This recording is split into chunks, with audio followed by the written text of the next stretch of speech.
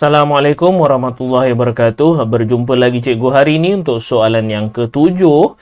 Okey, so kalau soalan yang ketujuh ni kamu tengoklah dia berkenaan dengan kelajuan purata, kemudian dia bermain dengan minit. So pastinya tak lain tak bukan ini ialah bab tingkatan 4 iaitu bab yang ketujuh di bawah tajuk graf gerakan. Okey, so kita nak tengok apakah keinginan soalan. Okey, apakah penyelesaian yang harus kita berikan.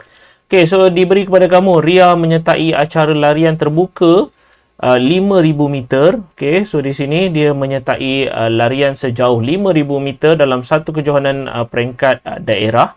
Kemudian dia muncul sebagai juara dengan kelajuan purata lariannya ialah 12 km per jam.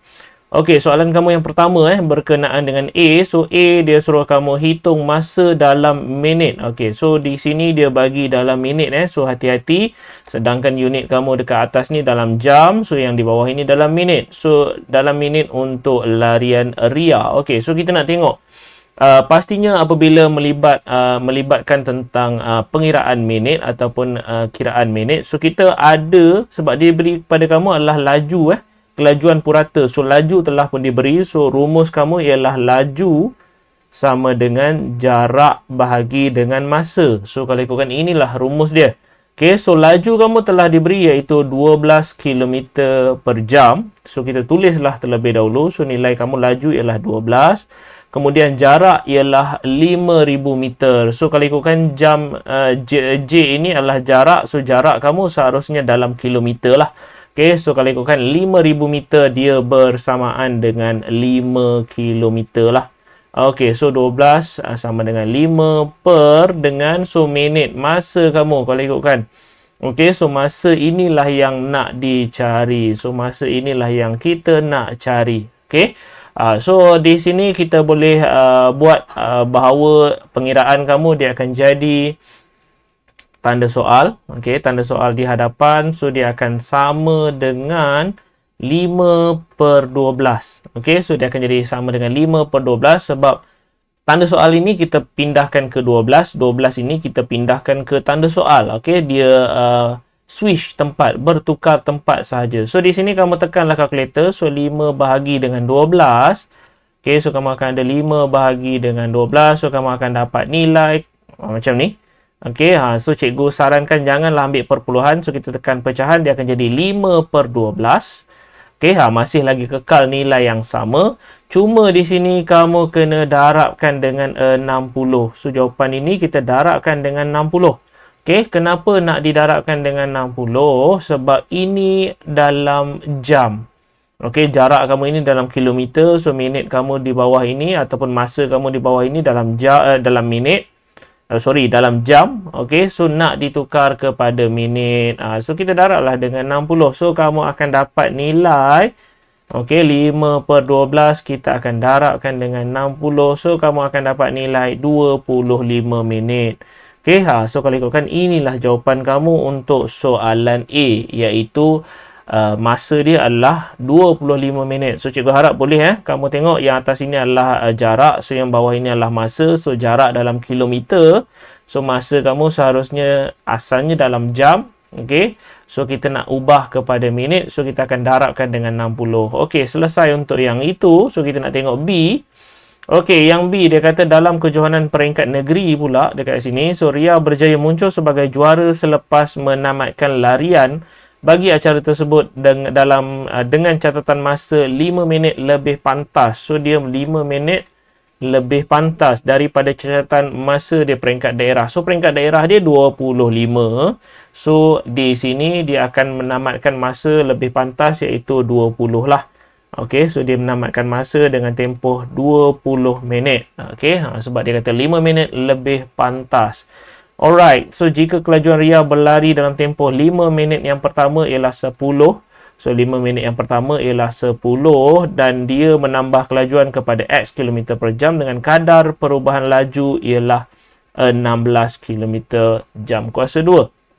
Okey, so kadar perubahan laju. Okey, kadar perubahan laju ini sebenarnya adalah kata kunci bagi kecerunan. Okey, so kamu kena tahulah kata-kata kunci yang telah pun diguna pakai.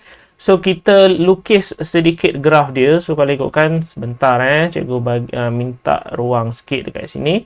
Alright, so kita nak tengok graf dia. Okey, graf dia katakanlah di sini ada graf. Okey, so paksi Y, paksi X.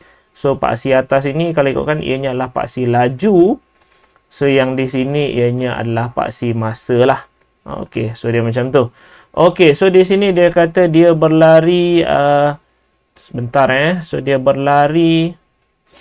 Okey, so dia berlari dengan catatan masa 5 minit. Okey, so jika kelajuan Ria berlari dalam tempoh 5 minit yang pertama. So dia kata 5 minit yang pertama. Okey, so 5 minit yang pertama. Okey, so untuk 5 minit yang pertama dia kelajuannya ialah 10.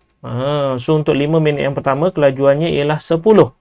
Okey, so yang bawah ini kita pakai paksi masa dalam bentuk minit lah. Senang. Okey, manangkan itu yang kamu ada. Okey, so untuk 5 minit, so dia berlari dengan kelajuan 10 km per jam. So kemudian dia menambah lagi kelajuan. So dia menambah kelajuan sehingga X lah. Okey, kita tak tahu dia menambah kelajuan sehingga berapa. Okey, tapi masa dia. Okey, so masa untuk dia tamatkan larian dia selepas X kelajuan. So dia akan berakhir dengan 20 minit lebih pantas ataupun 5 minit lebih awal. So bermaksud nilai dekat bawah ini ialah 20 lah. Okey, so cikgu harap kamu boleh nampak apa yang cikgu cuba nak ajar dekat sini. So kalau ikutkan graf kamu mungkin dalam bentuk garis lurus. So dia macam tu. So 5 minit yang pertama ini sebab dia berlari dalam tempoh 5 minit untuk kelajuan 10 km per jam. Kemudian dia tambahkan kelajuan sehingga X laju tapi masa penamatnya ialah 20 minit. Okey, so kita nak tengok kecurunan. Kecurunan pastinya kita akan bermain dengan X2 tolak X1 dan benda-benda macam itulah. Okey, so kalau ikutkan koordinat kamu dekat sini ianya ialah nilai 5, 10. So koordinat kamu dekat sini ianya adalah 20x. Okey. So kamu ambil lah kalkulator ataupun kamu keluarkanlah terlebih dahulu pengiraan dekat sini. So dia akan jadi X tolak dengan 10. Okey, so X tolak dengan 10 per dengan 20 tolak dengan 5. Okey, so cikgu ambil yang dekat sini. Y2 tolak dengan Y1, X tolak dengan 10 per dengan X2 20 tolak dengan 5. Cuma jangan lupa, okey, bawah ini paksi minit. So kita perlu tukar dia kepada jam sebab kamu punya yang atas itu adalah dalam unit jam. So kita akan tukar kepada jam. So kita akan bahagi dengan 60 dan ianya seharusnya sama dengan, okey, sekejap so sama dengan 16 sebab telah diberi iaitu kecurunan kamu ialah 16. Okey. Sebentar so bermain dengan whiteboard yang baru ni, so dia agak janggal sedikit. Okey, so yang ini so dia akan sama dengan 16. So inilah sebenarnya yang berlaku. Okey, so yang ni kamu tekanlah kalkulator. So kalau ikutkan dia akan jadi, cikgu tulis belah sini lah ya. So X tolak dengan 10 sama dengan 16 darab dengan 0.25. So mana datang 0.25 ni? Sebab daripada nilai bawah ni lah. Okey, 20 tolak 5 ialah 15. Kemudian 15 bahagi 60, so dapat 0.25. So kita, ini adalah bahagi. So bawa ke sebelah dia akan jadi darab. Okey, so kat sini kamu akan ada X sama dengan 4. Kemudian tambahlah dengan 10. So mana datang tambah 10? So ini kamu selesaikan dapat 4. Kemudian ini tambah. So kita pindah sebelah dia akan jadi, sorry, ini adalah tolak. So kita pindah sebelah dia akan jadi tambah. Okey, dan berakhirlah sudah pengiraan kamu iaitu X ialah 14. So bermaksud dekat sini X kamu ini logik kita katakan ianya 14 sebab dia seharusnya lebih besar daripada nilai 10. So kalau ikutkan itulah kamu punya kelajuan yang terakhir untuk soalan B dekat sini. Okey, so cikgu harap kamu boleh faham dengan apa yang cikgu cuba sampaikan dekat sini. Mungkin soalan ini nampak sedikit rumit, tapi sekiranya kamu boleh faham, alhamdulillah. Jangan lupa untuk ajarkan rakan-rakan kamu yang lain agar ilmu kamu terus berkembang. Dan jangan lupa untuk tinggalkan ruangan komen di bawah dengan sebarang masalah ataupun persoalan. Dan yang terakhir, jangan lupa untuk tekan button like dan juga subscribe sebagai tanda sokongan kepada channel cikgu ini. Sehingga kita berjumpa lagi di soalan yang lain. Assalamualaikum warahmatullahi wabarakatuh.